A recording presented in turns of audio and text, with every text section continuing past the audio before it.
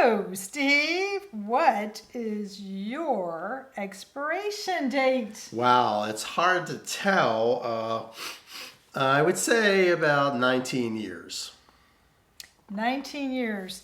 That would make you 85. Wow, that's right. That's about when my mom passed away. She was 85, and your oldest brother right now is 82 in pretty good health. That's right. But your father did pass away at roughly around 57 or so. Yes. So it's hard to know, but I'm not as optimistic as you are.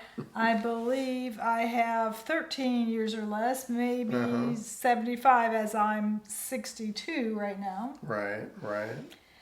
I have been watching my siblings because I am one of 8 and I'm on the younger end, so I've been keeping an eye on them to see what their health is like, and if they've died, they're all still alive. But then my mother's mother also had 8 children, and their first one died a year or two ago at the age of roughly, I think, 63. The thing is, we don't even know a lot of our information because our families, my parents grew up poor, from poor grandparents, so we don't know a lot of our history. I believe my cousin was 63. But my cousin on the other side, my only child cousin on my dad's side, was extremely wealthy, being an only child, and inherited from his father's side, very wealthy, only child, great job, educated. He died at 61 two and a half years ago, and that just blew me away because we thought he'd live to 90. Both his parents lived to 90, and then he died at 61. You can never tell. No, you can can't. never tell. It could be genetics or environment, but I don't think that I'm going to be around at 85. That's for sure. Especially with healthcare being unaffordable, and even if you have premiums, you can afford the premiums. You can't afford to use those premiums, those health insurance, the copays, deductibles. Right. All of that. Yes, all of that. It's very expensive. And even if you're on Medicare, you're still paying for Part B, you're paying for supplemental. So it still comes out to be expensive. And then there's dental in addition to that. Hearing, dental, and vision is typically not included. But today's topic is, when should we take Social Security? I'm Sue. And I'm Steve. And we're aging joyfully. Yeah. We're trying to. I believe it gets harder and harder. I do always wonder, did our parents and grandparents have these struggles? And of course they did. I know our grandparents in particular were all very, very poor. Sure. Some of them were immigrants, right? Some of our grandparents were immigrants. And they, although it was so much easier to immigrate here in the 1800s, which I think they all came in the late 1800s. Yes. It was a lot easier. It didn't cost what it costs today, didn't take the time it took, but you had the stigma, and you lived in maybe tenement houses, and no education and no sanitation, and lived in big cities near pollution. They didn't have the air quality we have today. So my one grandmother had asthma real badly, and 3 of my grandparents died from cancer, maybe from that pollution in those cities. Yep. Could be, so looking at them, my one grandfather died at 63 of lung cancer. My one grandmother died, we don't even know. Like I said, they grew up poor, so we don't even have good records. They didn't even know how old she was when she died. Can you imagine not knowing how old your mother was? They guessed between 65 and 68 when she died of cancer of the stomach. Right. My other grandmother died of cancer of the esophagus at about 74, and she was the educated one. She came from the educated family. And my other grandfather died at, I don't know, 45 to 47 on the operating table. Right. And so that brings us to retirement. When do you retire? When do you take Social Security in retirement? Well, you don't have to be retired to take Social Security. Right. You don't have to. But when do you decide to take Social Security?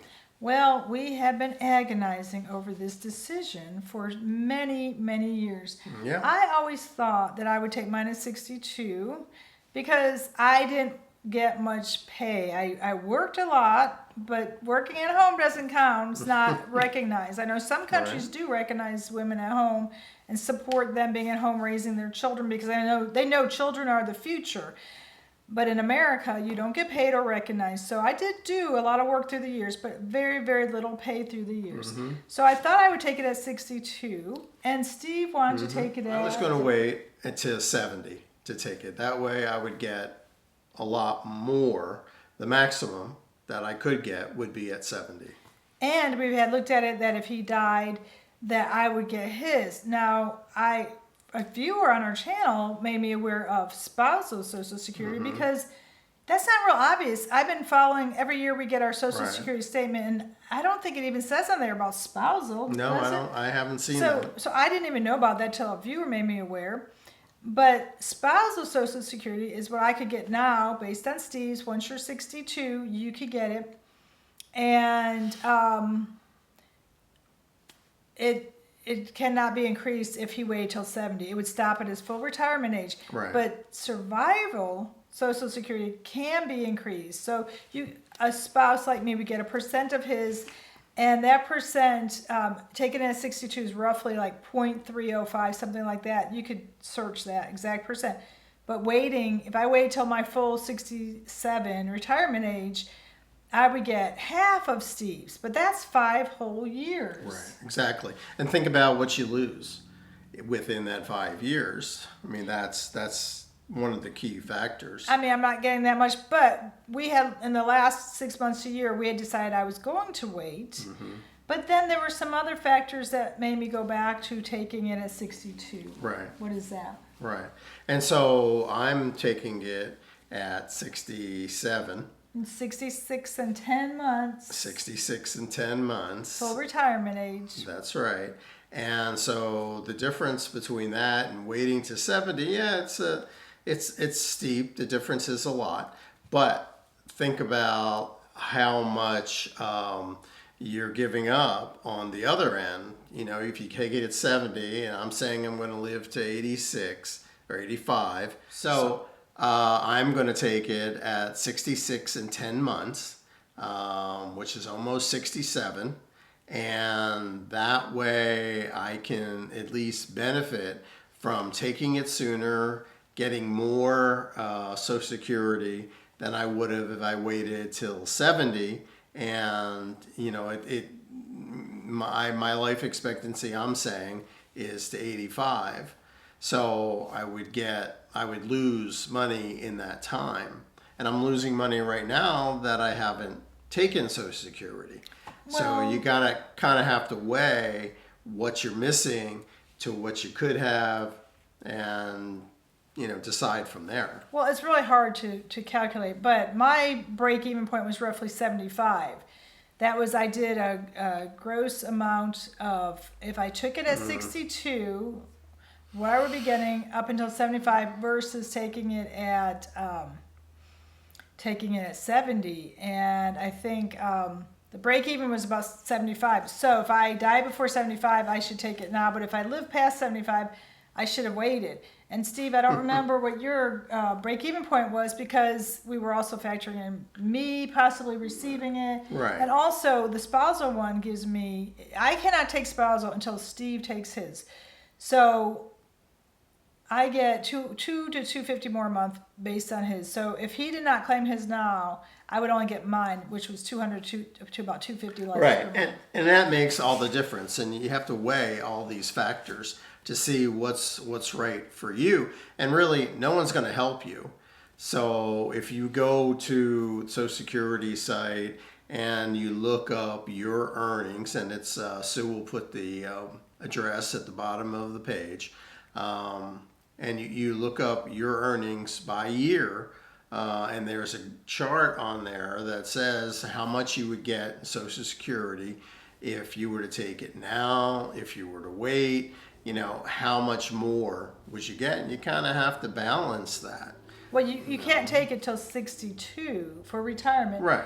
But if you're disabled, or if your spouse died, there might be some circumstances you may be able to take it before 62. You have to check into that. That's particularly usually if you're disabled, or children under 18 would get it, but I think you can maybe get it at 60 if you'll just have to look into that because we didn't really investigate because I didn't qualify for those Right. things. But 62 is usually the earliest age for retirement.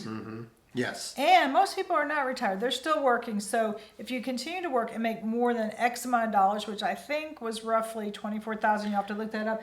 Yeah. That will take $1 for every $2 you make. So if you're going to work and make a decent salary, you don't want to take it at 62. That's true. So we had 3 reasons we decided to go ahead and take it. Do you remember what they are? Although we thought we were sure, and me taking it at 62 and Steve at 70, and then we changed mine to I was going to wait till 65. We did recently decide to go ahead and take the plunge for 2 to 3 reasons. What's one of those reasons? One of them is in me losing a job. That was kind of important because you need to have money coming in, and the difference between taking it now and waiting was not that great. Well, Steve lost his job in July, and he did secure another job within about 7 weeks, but it pays about 1/3 of what he made. This is a problem as you age. Typically at 49, people get laid off because I believe personally it's more related to health insurance costs, but it could also be your pay because you're higher paid. So they're going to bring somebody in at 25 who can make maybe 1/3 of what you're making. So Steve did lose his job, get a lower paying job, and we thought we really need more money. So we looked into taking Social Security. That's right. And, it will pay off in the long run, taking Social Security. And the second reason? Was the political environment today. We don't really know what's going to happen with Social Security. It could be here today, gone tomorrow. Well, there is a trust fund, and it is solid now. They have borrowed, previous administrations have borrowed and not paid it back, so that by 2033, it is supposed to be reduced about approximately 25% if they don't do something. Right. And nobody is doing anything. But because of the cutbacks in Medicaid, Medicare, ACA, we feel pretty strongly that Social Security is going to be targeted next. Yeah, exactly. And so let's get it now. A bird in the hand, worth 2 in the bush. And so why wait? Well, we don't like feeling like this, but we need to live on this because our generation was the first generation for companies to take away pensions. A lot of people do still have pensions, but I know when I started my job, I was the first one to have their new retirement plan. I worked for the government, and they said, you get the 401k, whereas everybody else supposedly had a government pension. Now, my coworker did not get her government pension because they shut the office about 10 or 15 years later, and she was very bitter as she lost her retirement. So even if you have a pension, a lot of pensions go under, or they just take them away, or whatever they want to do. Yeah, so 401k is what's available for your retirement, and besides Social Security. And so 401k is a gamble where you can gain today, lose tomorrow. It's not like a pension where that would go up each year with the cost of living. Like my uncle retired with a pension, and that's my cousin who's very wealthy because he had a secure pension that increased every month, plus he had inherited money, and they were very comfortable. But again, as we said, having money didn't ensure a long life. So my third reason that I thought to take it is, like I said, watching my siblings and cousins. My cousins, now I've had 2 pass away in their young 60s, and I've got 2 more who are sick with cancer, and one is only 59 and one is 63 or 64, so young 60s. And they're so looking at their life expectancy, and then I know my siblings are all still alive. We've been very fortunate, but I just don't feel that my life expectancy, and this is what Social Security does say, if you don't think you're going to live to 80 or 90, which I don't think I am, because nobody in our family has lived to their 80s. Well, my aunt did live to 90. But again, she was the one who married, he wasn't wealthy when they got married, but having that solid job with the pension, Social Security, they both had. She had worked. She didn't. She wasn't. She didn't get married till 35, so she had a lot of not huge Social Security, but more than a typical woman, I would say, because she worked till 35. Right. So she had her Social Security, his Social Security, the pension, plus the money they inherited. So they lived till 90, but the rest of my family, growing up, I wasn't poor. We were middle class. But when your grandparents live in poverty, I've read studies that say that your health is can be affected by your grandmother's health. Right. And when your grandmother didn't have good health, and your mother may not have had good health. My mother was only 65 when she passed away. So there we've got my mother, my cousins. My father did live to 79. He had some amazing health. The average life expectancy in America in 2025 is 79.4 years. I believe. Yeah. It's like 79 4 months. So I don't know. That was 0.3, 0.4, somewhere in there. It's gone up since the last year or so because COVID had brought it down somewhat. But right now it is 79 and somewhat. And Diane Keaton did just pass away at 79. And I was heartbroken to hear she passed away. They didn't say what she passed away from, but I've been noticing a pattern of 79-year-olds passing away, and that's what got me looking up the life expectancy. So that is the life expectancy. I don't think I'm going to reach the life expectancy, but Steve thinks he's going to exceed it. He's people call me negative, but I call myself a realist. And I'm positive. I don't know if that's positive or I call it unrealistic. I call myself realistic and unrealistic, but other people say positive and negative. Whatever you want to say. Who would think? I've always said I'm a realist when people call me negative. Yep. Who would think? Well, our kids will know. They'll say, "Hey, Mom was right again." Yeah. Yep. Mom's always right. Right. So retiring or collecting Social Security, leading to retiring, is a big step. And, you go through the process, fill out the paperwork at ssa.gov, which is the Social Security site. And, they say, well, we'll get back in touch with you after you fill out all the paperwork. And you would think it would, take a couple weeks. I got mine back, my decision back in a week. You can fill it out 4 months beforehand, okay? So remember that, 4 months before you're expecting to take your Social Security, you can fill out the paperwork, and I recommend that. You never know if there's going to be issues or you need to gather some information. And then, you'll get Social Security if everything fits in right. And, it could be the first, second, or third Wednesday of the month. I got mine back within a week, and it told me when I was getting it and how much. And I thought that was amazing considering the government shutdown right now. Sue's still hasn't been determined, but it could be that mine just got in under the wire, and Sue's will, get a determination of when hers is going to start as soon as Well, I haven't the government actually. shutdown I haven't actually is done. turned. I haven't actually turned 62 yet, and I read on Reddit after applying that you should wait till after your 62nd birthday to apply because they may think you're applying for disability. Now you don't get it for 1 month after you select what month you want it, and you get it 1 month after that. And I'm not really sure why, because I know in the past it said if you died or when you die, you will die. When you die, your family had to pay back that last month. I don't know if that is to avoid paying back that last month or not. That's not clear. To me, I mean, we went on kind of the last minute because we weren't planning on doing it, so we didn't go on 4 months in advance. We waited longer than that, but Social Security is not shut down with the government. That's one thing, they have to keep the critical businesses open. So with the government shut down, Social Security is still operating, but we had heard of all the cutbacks, so we thought it would take a month or two, and Steve heard very quickly, and I don't know why I haven't heard, but like I said, because I haven't technically turned 62 yet, I'm just saying it because it's so close. Yeah. So close. Yeah. But it's your decision. You've paid into it your whole working career.